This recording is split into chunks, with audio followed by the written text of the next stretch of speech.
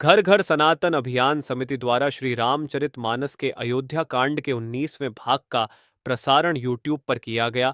इस अवसर पर भाजपा शहर जिला अजमेर के पूर्व जिला अध्यक्ष डॉक्टर प्रियशील हाड़ा, पूर्व पार्षद नगर निगम अजमेर सुभाष खंडेलवाल, संस्कार भारती अजमेर महामंत्री कृष्ण गोपाल पाराशर, रंगकर्मी गोपाल बंजारा अतिथि रहे। घर घर सनातन अभियान समिति के मोहन लाल खंडेलवाल ने इस अवसर पर बताया कि समिति द्वारा गत 2 वर्षों से हिंदू धर्म ग्रंथों को सामान्य हिंदी बोलचाल की भाषा में रूपांतरित कर आमजन तक पहुंचाना ही समिति का उद्देश्य है।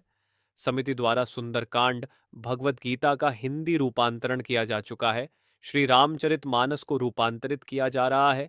समिति द्वारा जनवरी माह में भव्य सुंदरकांड पाठ कार्यक्रम की तैयारी की जा रही है।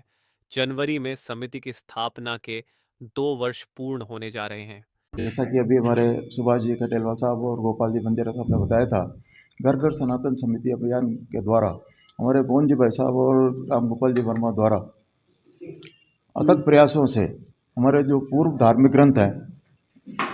ग्रंथ है जो कि अवधी भाषा या संस्कृत भाषा में है, उनको सरल और बोलचाल की भाषा हिंदी में काव्य रूप में परिणत कर संगीत में बनाए, जो घर घर तक हमारे पहुँचे। इसी भावना को लेकर के हमारी एक समिति बनी हुई है कि इसका अधिक से अधिक प्रचार प्रसार हो और हमारे जो युवा पीढ़ी इस धर्म ग्रंथों को पढ़ती नहीं है, समझते नहीं है, उसको समझाने का हम अथक प्रयास कर रहे हैं। इसी की भावना को लेकर के हम चाहते हैं कि हर लोग इससे जुड़े और अपना आर्थिक सहयोग भी प्रदान करें। आज हमारे को 2 वर्ष हो गए हैं। इस 2 वर्ष में आज हमारे अयोध्या कांड के 19वें एपिसोड का अपलोड करने का कार्यक्रम था।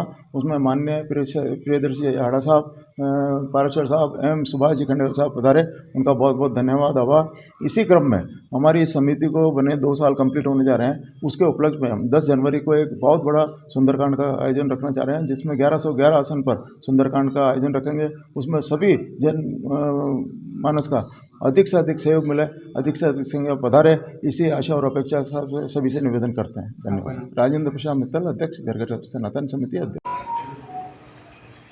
खंडेलवाल साहब की टीम के प्रयास से ये बहुत बढ़िया रामचरितमानस काव्य पाठ के रूप में ये एपिसोड चल रहे हैं, प्रसारण चल रहे हैं।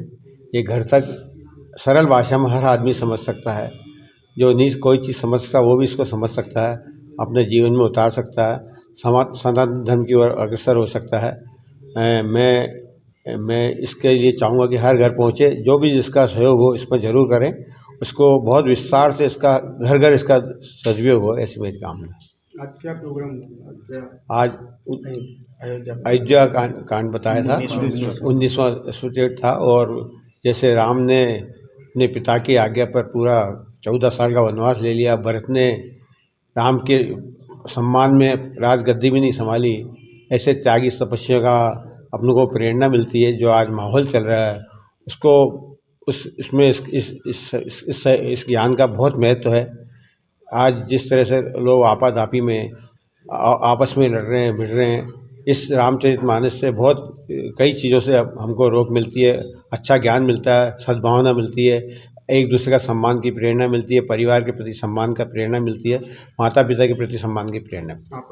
सुभाष के प्रयास इन्होंने रामचरितमानस के अयोध्या कांड के 19वें एपिसोड का आज यहाँ पर प्रसारण किया जाना था।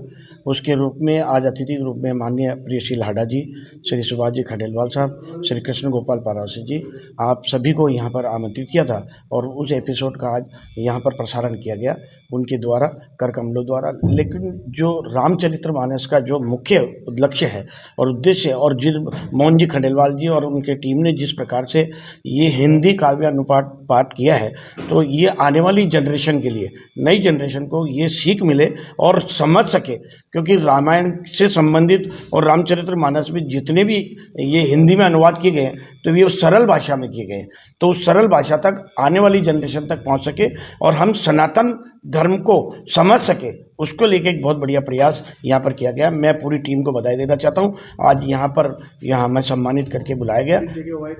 ये ज्ञान विहार क्रेजी में पर यहाँ पर ज्ञान विहार गेट के सामने यहाँ पर आज ये किया गया। गोपाल बंजारा।